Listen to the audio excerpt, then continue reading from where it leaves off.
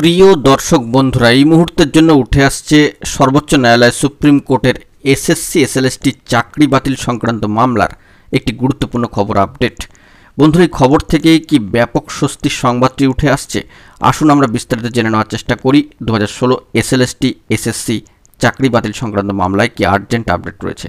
অবশ্যই ভিডিওটিকে স্কিপ না করে শেষ পর্যন্ত দেখবেন এবং চ্যানেলটিকে সাবস্ক্রাইব করে নিয়ে সঙ্গে থাকবেন।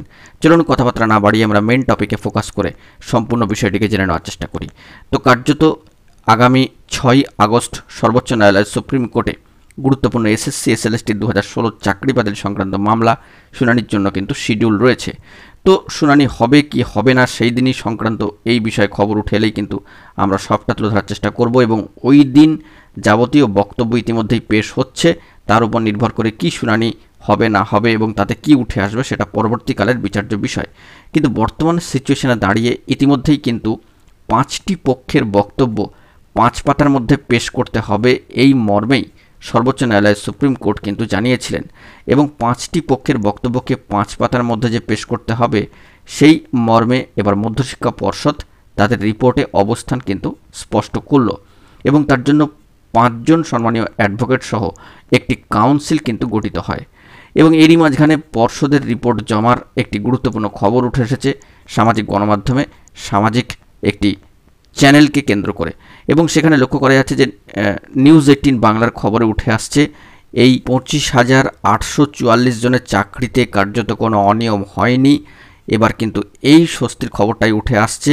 দেখা যাচ্ছে যে মধ্যশিক্ষা পর্ষদ তার রিপোর্টে অর্থাৎ বোর্ড তার রিপোর্টে কিন্তু অবস্থান স্পষ্ট করেছে যে 25,844 চাকরিতে কোনো অনিয়ম কিন্তু হয়নি এবং এ বিষয়ে নিউজ 18 বাংলার চ্যানেলে কিন্তু গুরুত্বপূর্ণ খবর আপডেটটি উঠে এসেছে যে এসএসসি চাকরি বাতিল সংক্রান্ত মামলায় রিপোর্ট মধ্যশিক্ষা পর্ষদ এবং সেখানে দেখা যাচ্ছে যে 25,844 জনের চাকরিতে নেই অনিয়ম।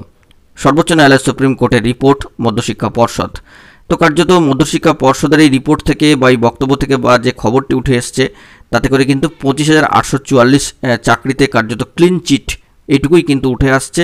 তবে সর্বোচ্চ ন্যায়ালয় সুপ্রিম কোর্টে এই 5টি পক্ষের 5 পাতার বক্তব্য যেভাবে সেপারেটভাবে পেশ হচ্ছে তাতে করে পরবর্তী ক্ষেত্রে সমস্ত বিষয়গুলি দেখবার পরে এবং ব্যাখ্যা বিশ্লেষণ ও শুনানি হওয়ার পরে এই ফাইনালি 25,844 চাকরিতে সর্বোচ্চ ন্যায়ালয় সুপ্রিম কোর্টের তরফ থেকে ক্লিন চিট বা ছাড়পত্র আসছে কিনা সেটাও কিন্তু সময় বলবে বা সময় বিচার্য বিষয় হয়ে উঠবে।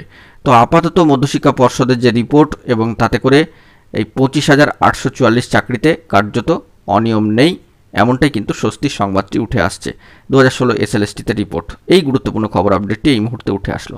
বন্ধুরা, এখন এই পর্যন্তই। গুরুত্বপূর্ণ আপডেটগুলি পাওয়ার জন্য চ্যানেলটিকে সাবস্ক্রাইব করে সঙ্গে থাকুন। ধন্যবাদ।